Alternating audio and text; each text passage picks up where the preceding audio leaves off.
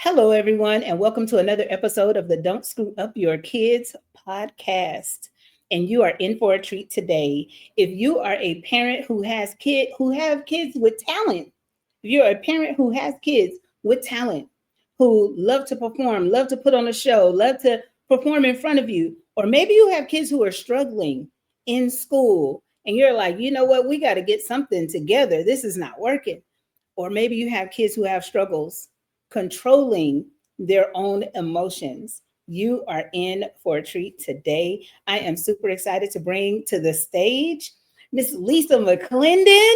You all know her as a recording artist, as a singer, as a performer. She's also a mom. But guess Mhm. what? She has a nonprofit helping kids do exactly what I just mentioned, learn how to manage their emotions through the arts. Lisa McClendon, welcome. Thank you. Thanks for having me. Thank you for coming. So tell Yes. me a little bit about your nonprofit, what motivated you to start it, and then hmm a little bit about what you've been able to accomplish. Sure. Great question. So the name of my nonprofit is Yeye's Village. Thanks. Yay, yay. Yeye's Village Expressive Arts Community. The concept and the vision and the dream for the nonprofit came maybe about 2020. Um, and then I had an opportunity to launch the idea beneath within another organization. And then I left that organization in 2023 and just stepped out on faith and launched Yeye's Village. The organization, we teach kids how to do hard things.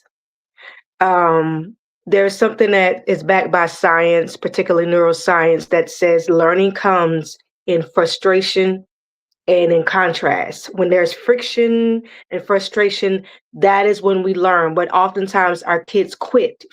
Oftentimes adults quit when things get hard. But that is when that's a part of the learning process, I should say. Um, and even bigger than that, we use the arts to help kids connect to health, mental health, and literacy. So we teach them self awareness, self expression, and self regulation using dance, drumming, visual arts, podcasting, drama. And we recently introduced the food lab, creative food lab, because a lot of our middle schoolers love to eat, whatever that is about. So we brought food meets creativity, and we just encourage kids to do what they feel like they can't do. Because I was that kid who loved to sing, but I was afraid to sing in front of people. And there was an adult that said to me, grab the mic and sing. And I said, but I'm scared. And she said, well, do it scared. And a couple of years later, Lisa McClendon, the artist, was born because of that adult seeing me, and she would not let me back down. And Wow. so for us, we don't let kids back down. Right now, kids are overly coddled and just always given a pass, and they're not encouraged to say, no, you can do this, and I'm here to help you do this. And so through our program, what we've been able to accomplish is seeing kids who were terrified to get on stage. Now they may get on stage and say one or two lines, but their parents are like, oh my God, how did you get my kid to do that? And something that we always tell the students with their showcases, because they are required to complete the program with the showcase, is the day is going to come and you may never sing again, you may never act again, you may never do art in this capacity again, but what you want to do is going to be here, and what you are afraid of doing is going to be here, and you're going to be here. And you're not going to be able to get to what you want until you get through what you think you're afraid of. Wow. And we just always share that with them. And that is my story. I had to get past my fear to become Lisa McClendon, the artist. And so we just push kids, and they're so proud of themselves. And they often say in their testimonial, I didn't know I could do that. Exactly. So we're very proud of the program. We're partnered with Boys and Girls Club, which is one of our biggest partners, the Dream Center, several Christian academies in the community, and private agencies. So I'm just honored to just do this work. I love that. You know, you said do it scared. And that's something that we talk about all the time in business, because as you're trying to do something, business or anything in life, you hmm have to do it scared. hmm And you're going to be bad before you're good. You're going to be good before you're great. Right. But you got to get started to even Right. get on that path. Right. And one thing Right. that you said that really stood out to me is that the importance of the adults in kids' lives. Either you're going to push them to greatness or you're going to make them like continue to shy away. But Absolutely. you've been able to help these kids elevate in a major way. Thank And you. but it was because there was an adult who pushed you Yes. to do it. So you I got to paid it see the forward. power of that. Yes. Wow. Yes. And just paying it forward. Just truly paying it forward. So yes.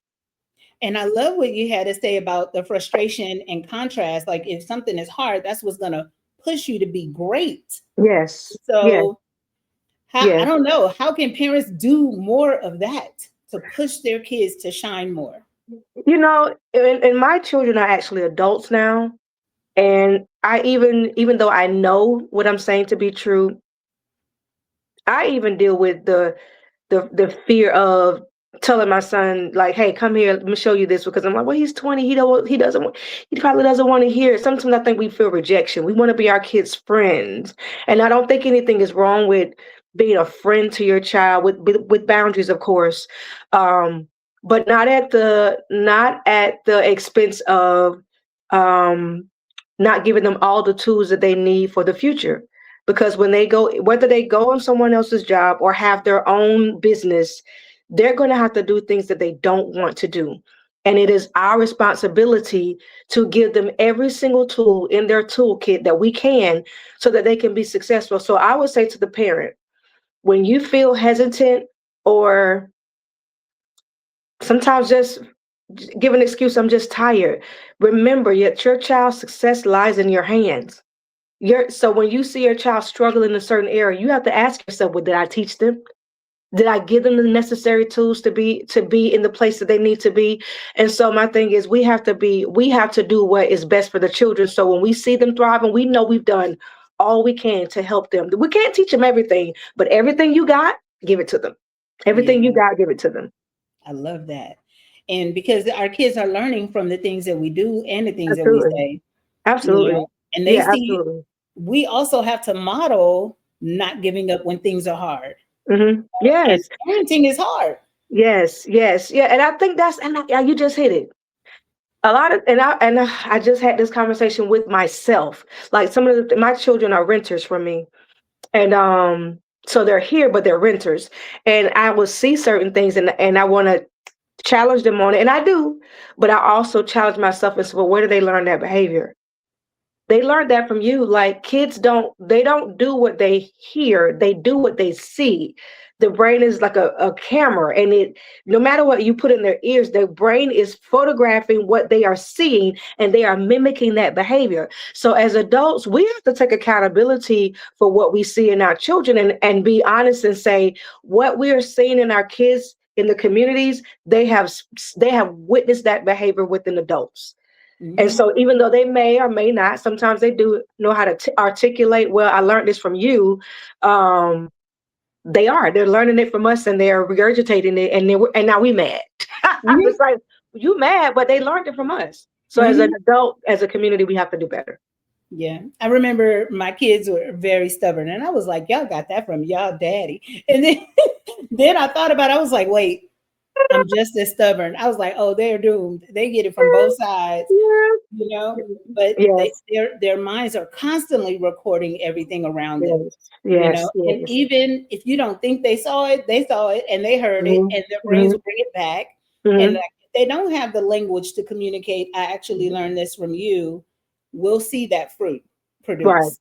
right. Yeah, They just do it. They may not speak it, but their behavior says a whole lot. And I've been working with children for a long time, and it's always funny because when I finally meet the parent, I'll go, okay, they make sense. I'm like, okay, now it makes sense. I'm meeting the parent and they are just like their parent. And the yeah, parents don't see it, but I'm like, no, they're you. You're just older and maybe a little bit more mature, but this child is you. So my mhm, question to the parents is look at your child and think, what am I seeing about myself? What is yeah, my child mirroring about me? Because they yeah. are mirroring. Hmm. I saw on your site you guys did the Giving Tree. Yes. And oh my God, it's one of my favorite books because the Yes. children's book, But I remember reading it to my students when I was a teacher and almost broke down crying reading the book Oh, because wow. yeah, because as the tree gave everything, and it just reminded me of my grandmother. And I was like, she gave everything. She gave everything she had, and when she had nothing left to give, she was like, I have nothing left. But this, the giving tree said, I have nothing left to give except this stump. But you can come and sit down and rest. Just and I was like, even that, giving even that. And so to be able to teach kids now how to perform that, I was like, oh, this is amazing, you know? Yeah, I love that one. That book, that play. We've done that 4 times at different sites, and it's always beautiful to see kids interpret it different. Every site we've done, the children have done it a little bit differently, but there is a powerful message in teaching children the importance of being grateful, giving and receiving. And I just think that's a necessary conversation. And sometimes we just have these conversations through art. It just makes it Mhm, more palatable for the children. So yeah, mhm. we're planting seeds. Yeah, and it's a good seed to plant. Yes. Um, and then also when it comes to helping kids like become successful, one of the things that I believed as a teacher is because a lot of schools have gotten rid of the arts because Mm, they're not tested. You know, if mm, it's not on the state test, then they've gotten rid of the arts. And I'm like, that's one of the biggest disservices you can do to kids because if a kid is struggling at reading or struggling in math, but that's the only way you allow them to show success, then they feel like I'm a failure at everything. But mhm, if you give them the arts and they can show, hey, I'm successful in this, then it gives them the confidence to push themselves in other areas as well.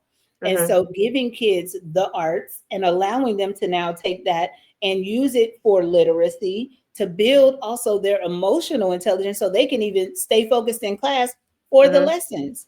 Like mhm, what you're doing is so powerful for kids. mhm.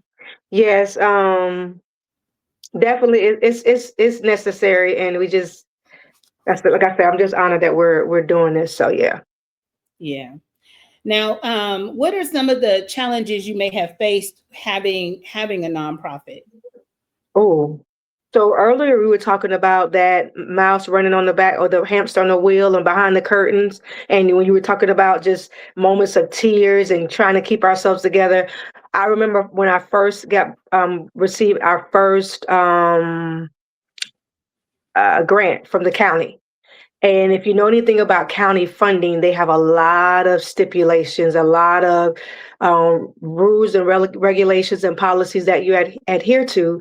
And it's a lot, but it's for the sake of making sure people are not taking advantage of the system. So I get it, but it's hard. So I remember sitting at my desk crying because I couldn't figure out what they were asking because it was a new language.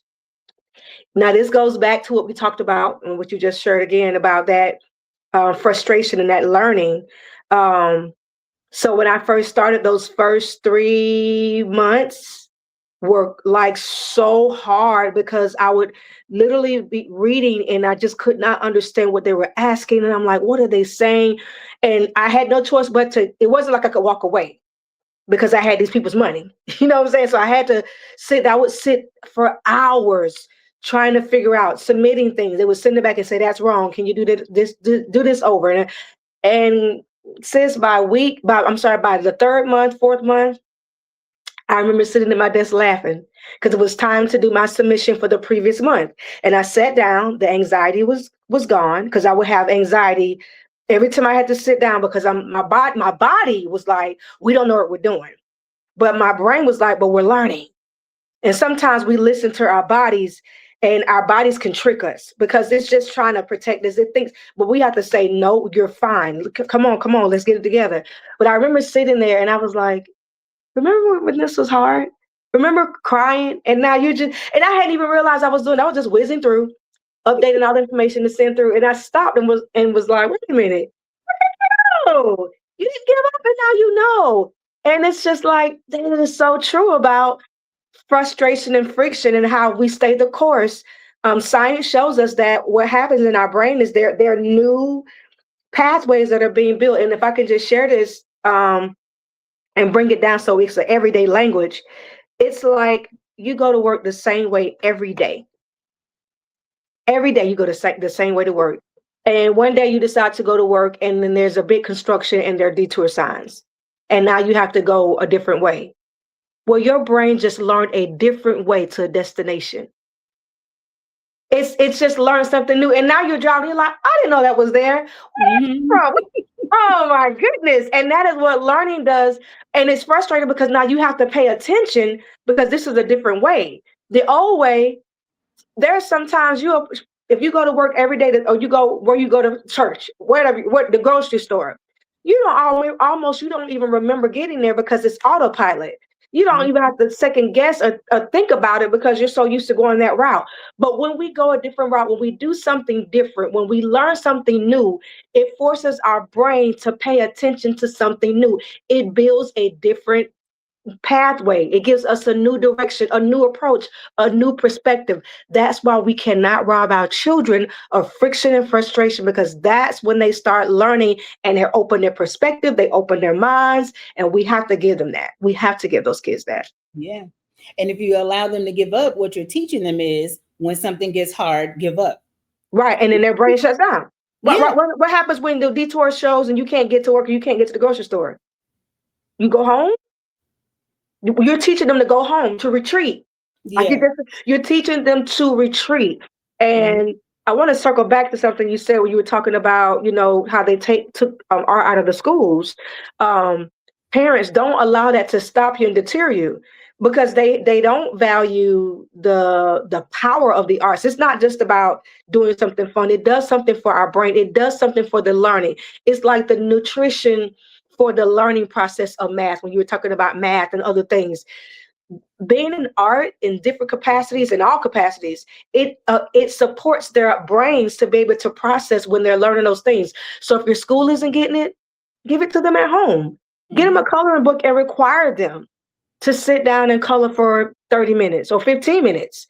15 minutes. So require them to sit down for 15 minutes. Put on some old school music that lifts the house, and have your kids sit and color or paint, or sing. But allow them to get in some type of art, because it does so much for the brain. Neurologically, it does so much for the brain. That's going to show up in academics. It's going to show up in social and emotional learning. It's going to show up in the way they talk to people. It's going to show up in the way they interact with people. So don't rob them of the arts, and don't think that it's over because the schools are not doing it. Yeah. And sometimes it's a financial responsibility with doing it on your own, but we have to make that sacrifice. Dollar And Tree. we find a way to get the money for everything that we need. Yeah, girl, go to Dollar Tree, get a crayon book, a coloring book, and some crayons from Dollar Tree. And yeah, so there's no excuse. Yeah. And you can have your kids acting and performing at the house. Yes. They can act out whatever their favorite cartoon is. Yes. Have you act this out. Yes. Yes. Or They can do your so kids much. to speak and perform things, Yes. have them speak those things. I remember one of the most life-changing things that happened in my life is I played Harriet Tubman in a school play in kindergarten. Oh. I've been a historian ever since. Oh, wow. My mom and I, we had 2 sets of encyclopedias at home. And so we went through the encyclopedias to read what she was like and how she dressed. And we went shopping so I could dress the part. And I'm sure it was one sentence I had, and it was probably Black History Month, but I was preparation, though. But the preparation you did, did so much for your body and your brain. Everything. And then I ended up double majoring in history and political science. I ended up becoming a history teacher, and this is my passion, so I love it. You don't know the foundation that you're creating for kids when you open them up to possibilities that are different. Yes. Yeah. Yes. It helps them reduce stress when you allow them to get in the arts. And, some things, and you told me how you feel about it. Some things are easy to become buzzwords. Because you hear it so much, it's almost like we get desensitized when we hear things like stress. Yeah, everybody talking about stress. But do you not understand? Like, I want people to understand that when stress is prolonged in the body, it releases chemicals in our bodies. When people flip out, and 1 minute they're normal, and then how people lose their mind and they're on the streets? Chemical imbalance, all those things can play a role in somebody being a Fortune 500 CEO and next year they are on the streets, have lost their mind, and people are like, how do they lose their mind? So when we talk about stress and reducing stress, when people say stress is a killer, stress can kill you, but even if it doesn't kill you, it can destroy you. So Mhm. giving these kids outlets to do things that will reduce stress, like you were saying, let them do plays, or they can just read poetry. Poetry is a form of art. It takes them out of that loop in their mind and takes them into the present, and it allows them to connect with other people because they're reading someone else's work. So you can have them read stories. They can read their favorite lyrics from a song. Of course, Mhm. got to watch the lyrics. But hey, Yeah. pull your favorite song up and read it. There's so many things, but we got to keep our kids and our adults. We got to stay engaged in arts. It just does so much for us holistically. Hmm. And when you talk about reducing stress, that stress is what leads to high blood pressure and hypertension and diabetes, like all these things, So you many. know, kidney problems, like all of these things. It has a domino effect.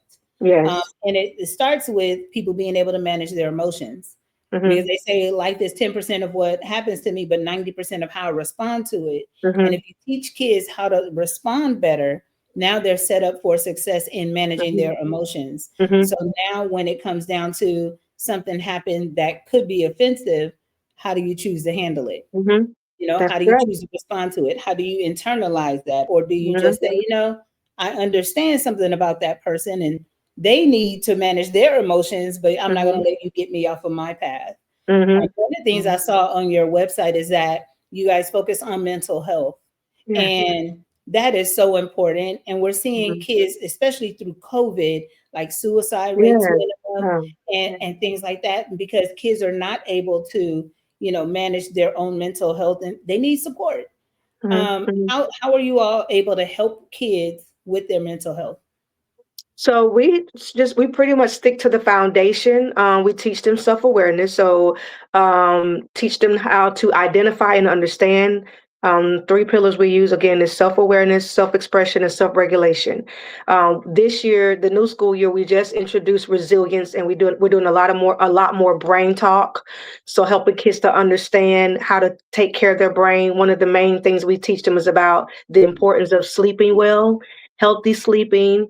If the kids are older, teaching them the importance of shutting their phone off. And not that we always do it perfect, because like even this week, I'm preparing for a new documentary. So there's a lot of calls that I'm getting late at night to fix things. But my norm is in the bed by 10:30, and I'm in the gym at least 3 times a week. And then I'm running the other 2 days a week.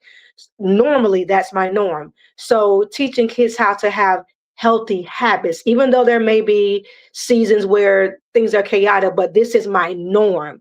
And so we've been teaching kids those things, and it really supports their mental well-being. So those are the things that we really focus on to teach kids, just giving those, again, planting those seeds. We did a sleep bowl, like the Super Bowl. We called it the Sleep Bowl. I created the Sleep Bowl for an organization where the kids learn the effects of great sleep and healthy sleep. And we just challenge them to go to bed 15 minutes earlier. So start small. Just start small. That is huge, because your body goes through so many repairing processes while you're asleep. Yeah. Yes. Yes. It's funny because when our middle school students, because of course, we have to do our research when we present certain things. And I was like, I didn't know that sleep deprivation causes acne breakouts. So when I shared that, the girls in the room were like, the little girls, there were girls with acne, like, I'm going to bed early, or that sleep deprivation can also stunt growth. So you got these room full of boys who want to be basketball players, middle school, and they want to be in the football team, looking like. So I said that to say, always also finding children's buy-in. What are their buy-in, and work, play to their buy-in, play to what's important to them, and then introduce these things and show them how what you want in life, how it can benefit that. Mhm. So that's another way. When we can always teach kids how to do things that they don't want to do by connecting what they want to do with it. I love that. That's so Mhm. important. And but parents, we have to also reprogram the way parents think. Because if we see kids going to bed early, we're like, you're not gonna be lazy, but it's Oh my. important for them to get that sleep, and Mhm. making sure if we can teach parents now how important that sleep is for their kids, then they will allow their kids to sleep versus you got to get up at 5 o'clock in the morning. And even schools, I live in Nevada, schools out here are starting their start time later because they want to make sure that kids get ample sleep before coming Yeah. in. So apparently there is dang, that is beautiful to hear. So apparently there is a movement to get schools across the nation to do that. So kudos to you all because it is ridiculous that these kids, first of all, they're staying up super, super late to get homework done. And then they have to be up like they have to be out of the house by 5:30 a.m. for a bus. It's like, huh? So yes, that is definitely necessary. These kids need to get sleep. That's why they're moody. And that's Mhm. why they can't control their emotions. No matter how much we teach them, they may have it as head knowledge, but their bodies, their nervous system can't even execute what we're teaching them because they're tired. And their Mhm. brains are, and so they're responding out of frustration and they're dysregulated because they're sleep deprived. So Mhm. all those things are so necessary. Yeah. Now I'm curious. Do you are your kids performers as well? And you know what's funny? So both of my children have the gift and the ability, but who shocked us the most was my son. I did not see it coming until I looked back and I said, I guess we did kind of see it coming. But no, my son is a recording artist. He's actually recording he's preparing to release his first album. He is what they call a bedroom rock artist. I was like, what is bedroom rock? But he's an amazing art. Like his writing is amazing. And I remember when he was in high school, his creative AP class, his teacher, a black woman too, she called me and said, Miss McClendon, do you know that your son has a gift? And I said, okay, what gift? Like I'm trying to figure out where she's going. She said, his writing is amazing.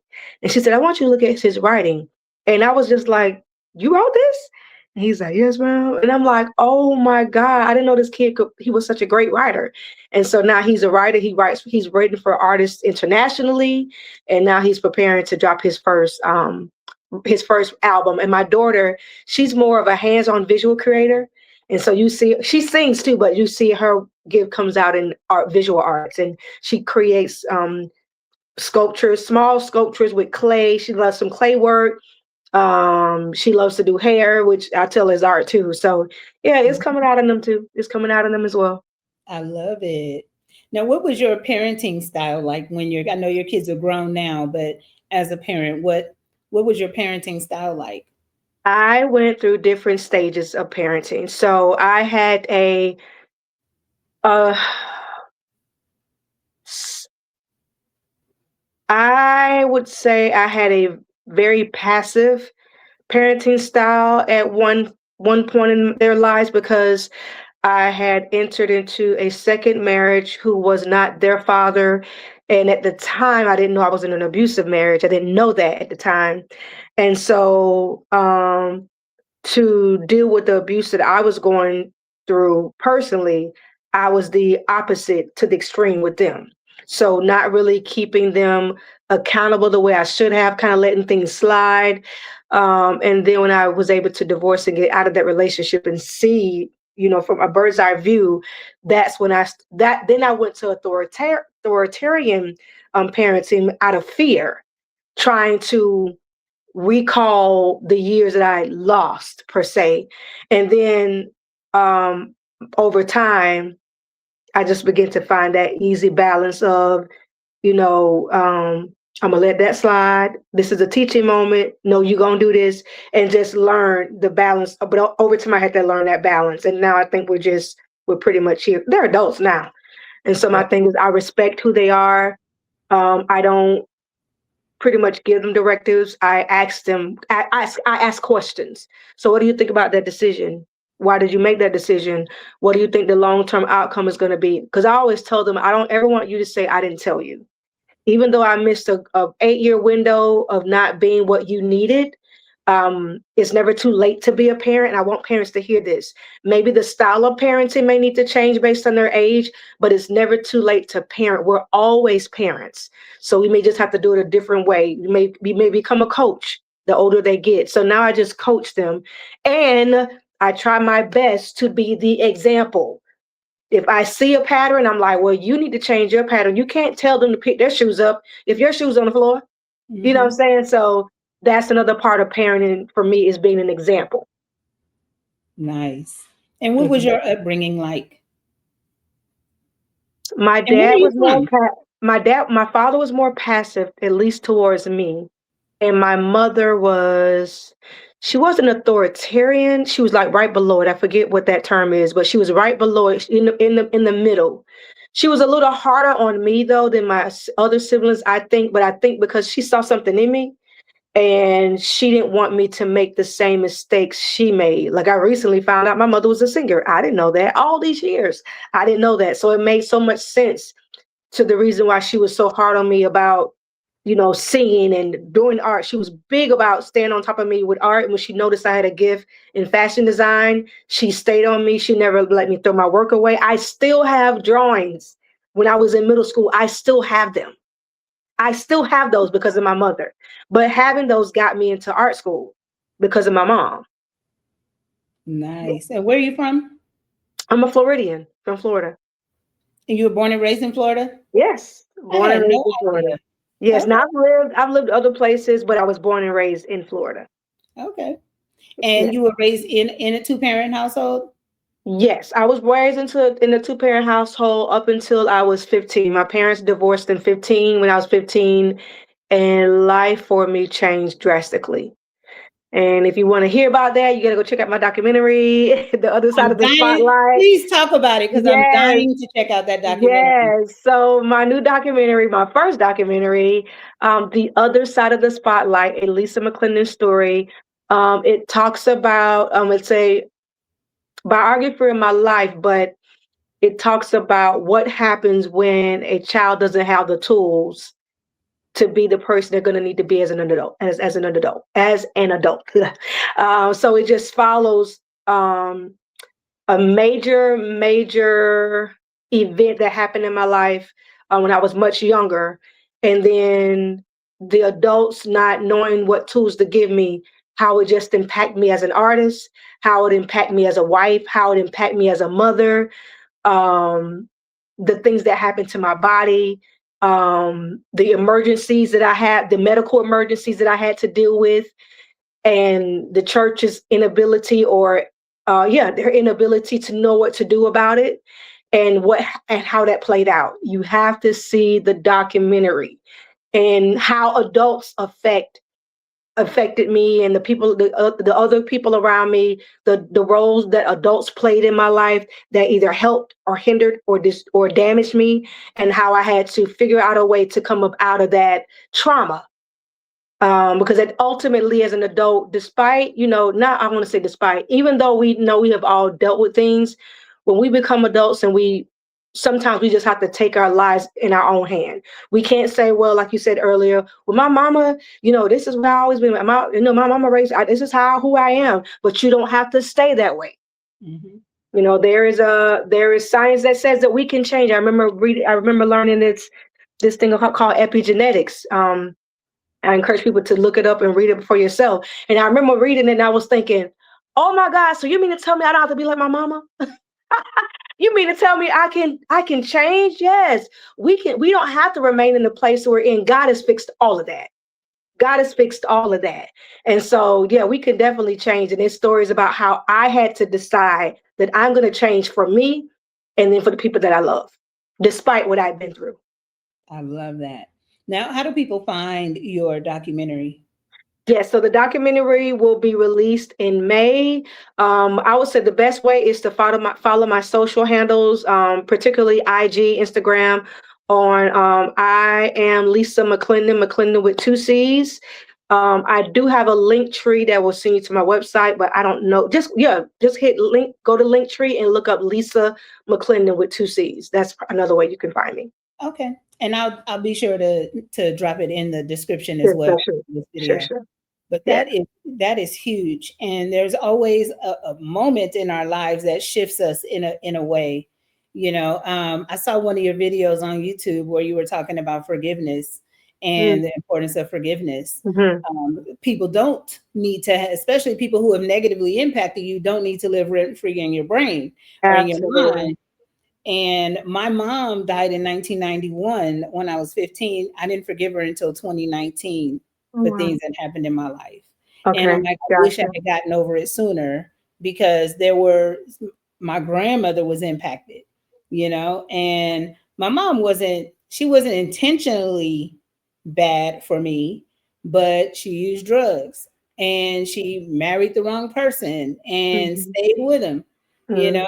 and so it's situations like that that negatively impacted me.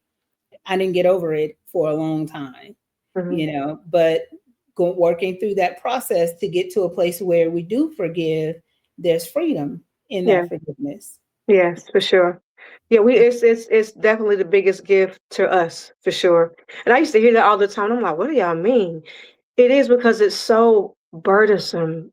Unforgiveness, like now you have to tiptoe every time you see that person. Your body locks up. You're stress in your body when you see, even when that person's not around, but a similar situation may come around, and then your body remembers. How the book says, the body keeps the score. So your body remembers, even though it's not the same person. So, or something looks like what it was, or like you said, now my grandmother had to suffer because of what she did.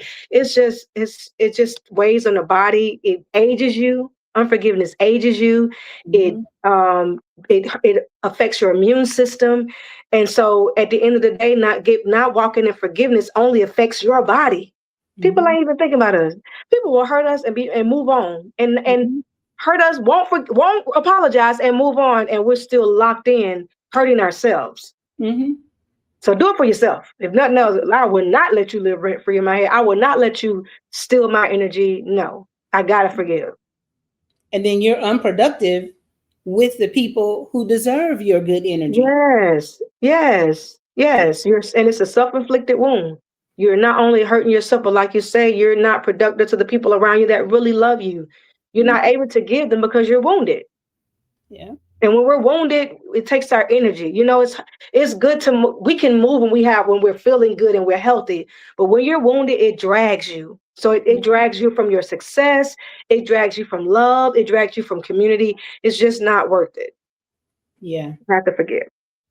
What inspired you to do the documentary at this time? You know what's funny? This documentary was an accident. I mean, God knew, but for me, it was an accident. I had been invited. I had been invited. So to answer your question, children inspired this documentary. I had been invited to speak to students when we were still kind of in COVID policy, so no face-to-face interaction. So an organization reached out to me and they wanted me to speak to kids, and it was going to be virtual. And I'm thinking, it's already hard to get kids' attention face-to-face.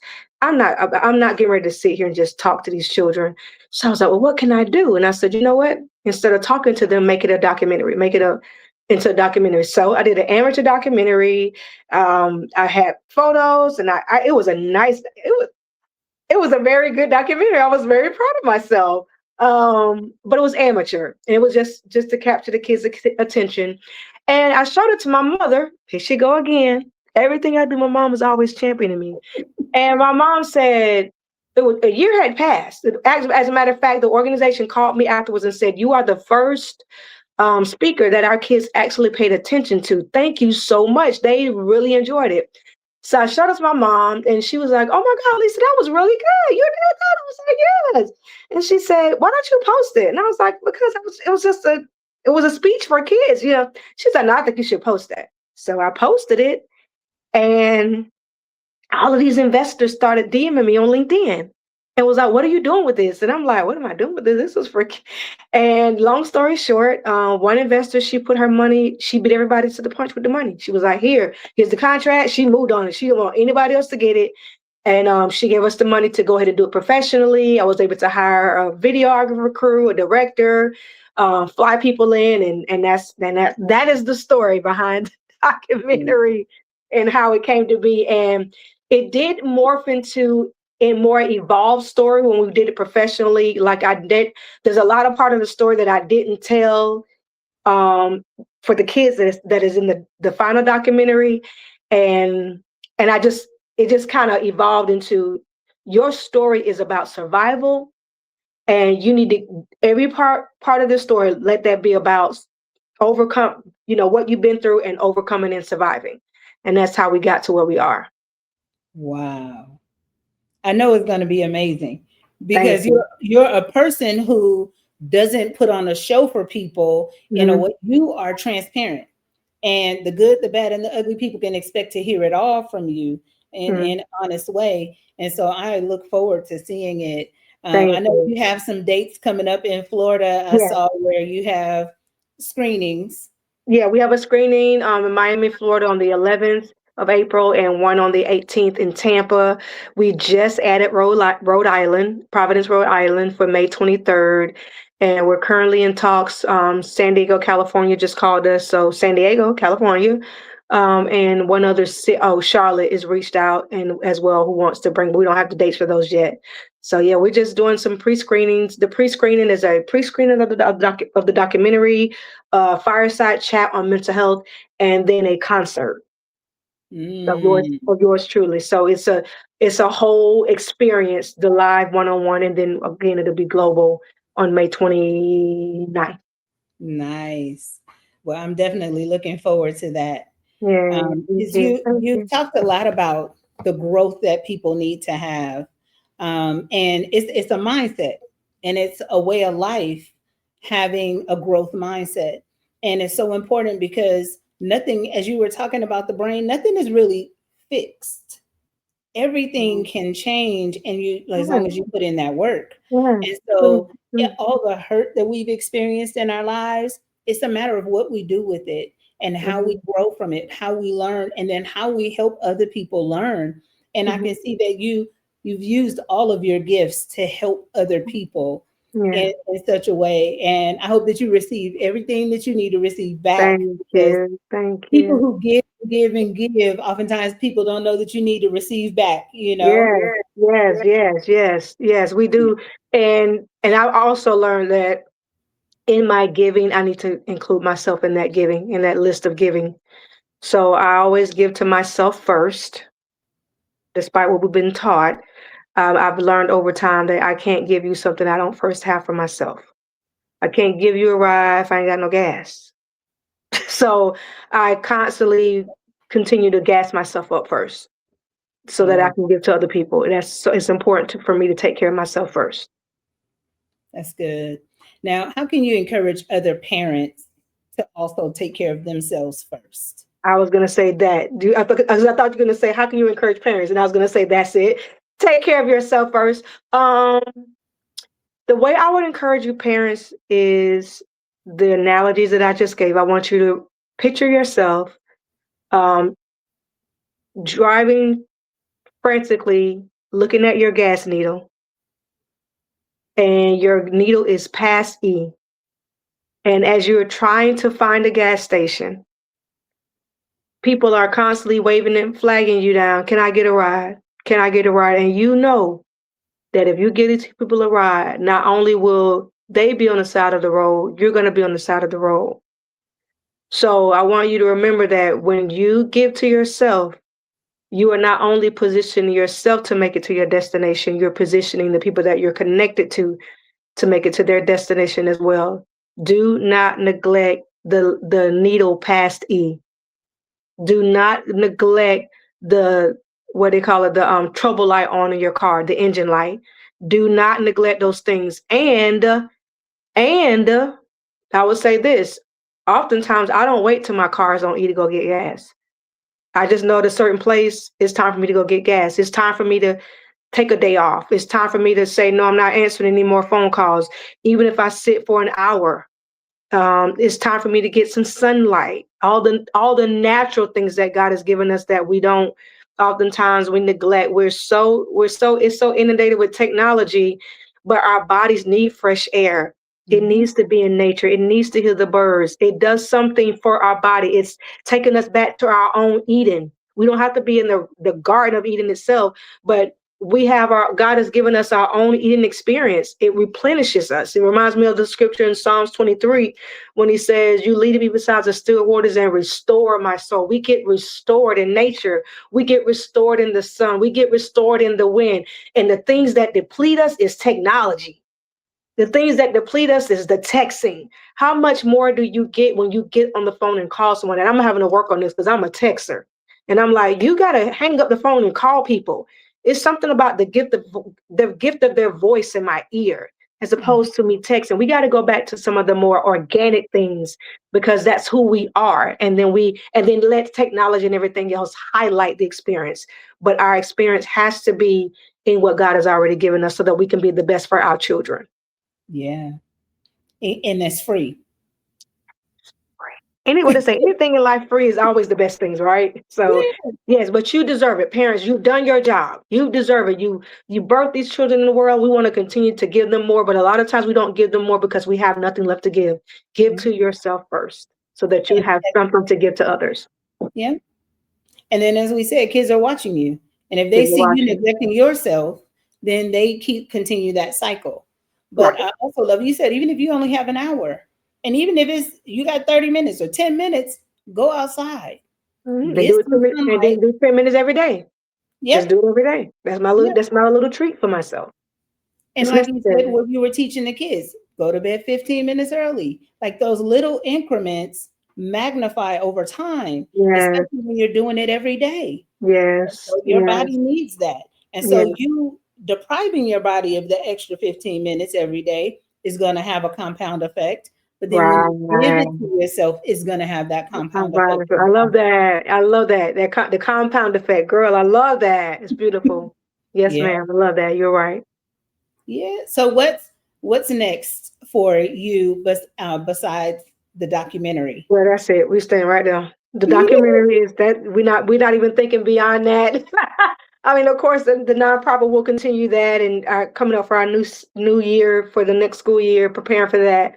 But right now, my main focus is the documentary and the new music that's going with the documentary. That is as far as I'm allowing my mind to see, so that I can stay fully present.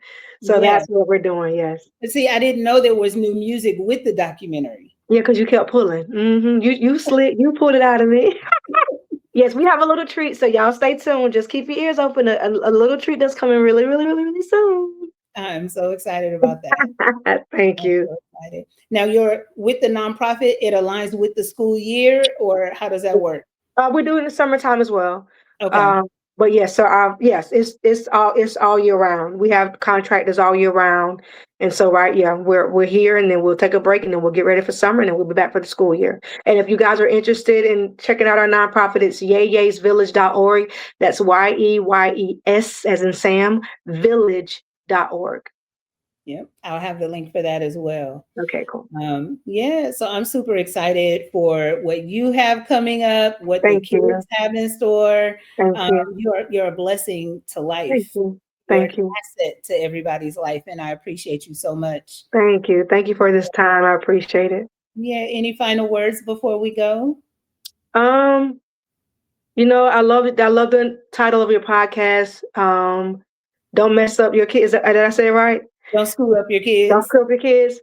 I think it's important for us to know one of the keys to not screwing up our children is to not screwing up on ourselves.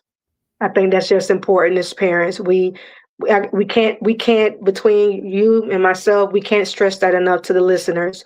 You have to take care of yourself first, and there's a balance in that. You know what I'm saying? It's not like you sit down, you do nothing, but you have to take time for yourself so that you will have the fuel to take care of your children. So don't screw yourself over, so that way you don't screw your children over as well. Thank you so much.